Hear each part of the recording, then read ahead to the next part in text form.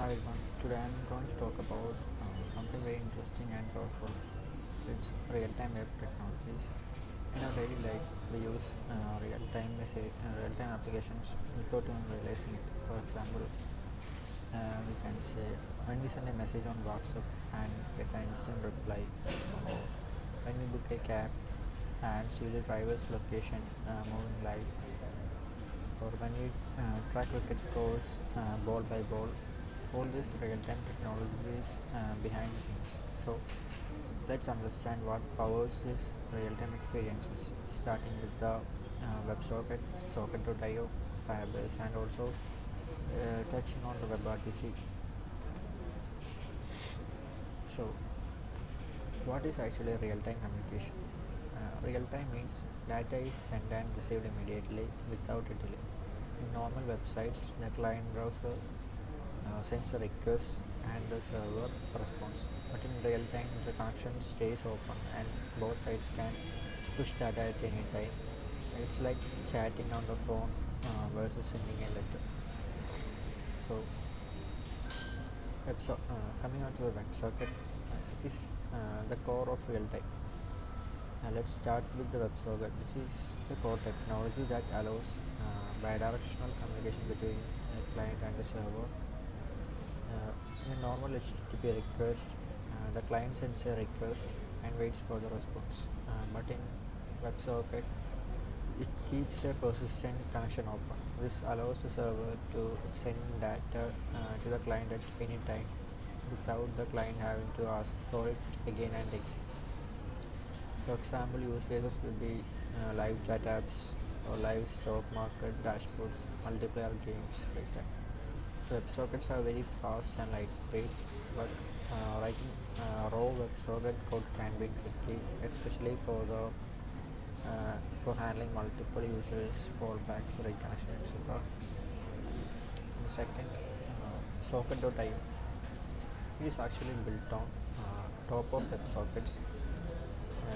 Now comes to Socket.io. This is a popular JavaScript library that makes working with WebSockets easier. So Socket.io gives extra features like automatic reconnection if internet drops, and row management like in chat apps, or easy event-based communication and fallback to other methods if WebSocket is not supported. So you can use Socket.io in both front and back end. Usually with Node.js, it's widely used in chat apps, online games, notifications, and collaborative tools like Google Docs. So in simpler terms, Socket.io is equal to WebSocket plus extra features plus simpler code. So coming on to the third one, it is Firebase. It's it made the real time more easy. So especially uh, like Firebase is a cloud platform by Google, and one of its cool features is that it gives real-time updates out of the box. Like you don't have to set up any WebSocket manually. Whenever one user updates the data in Firebase, other connected users can see the change immediately, like in a live share document or live counter. So why Firebase is loved by developers? It's easy to set up, just a few lines of code, no backend required, real-time updates, works great for mobile apps. So it's widely used in prototypes, startups, chat apps, leaderboards, IoT dashboards, etc. So the next one, WebRTC. It's real-time peer-to-peer.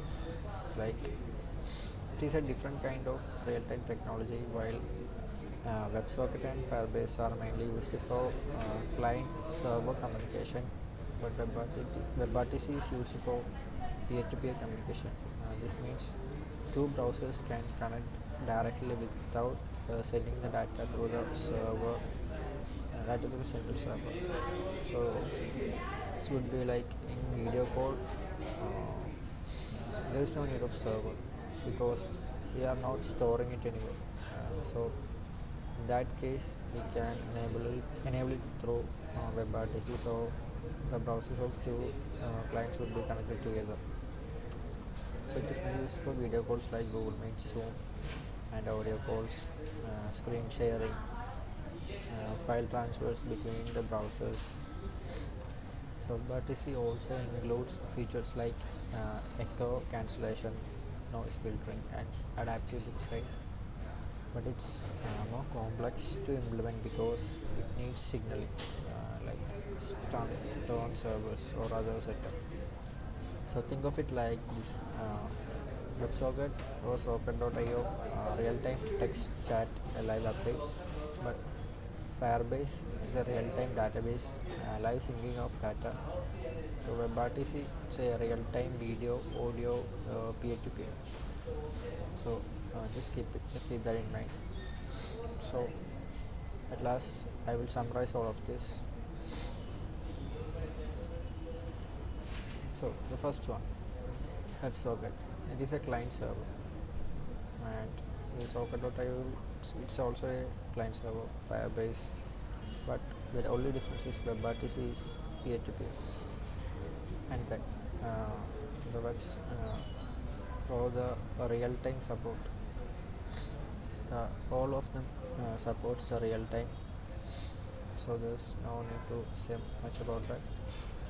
And the next one is media support. The WebSocket doesn't support it.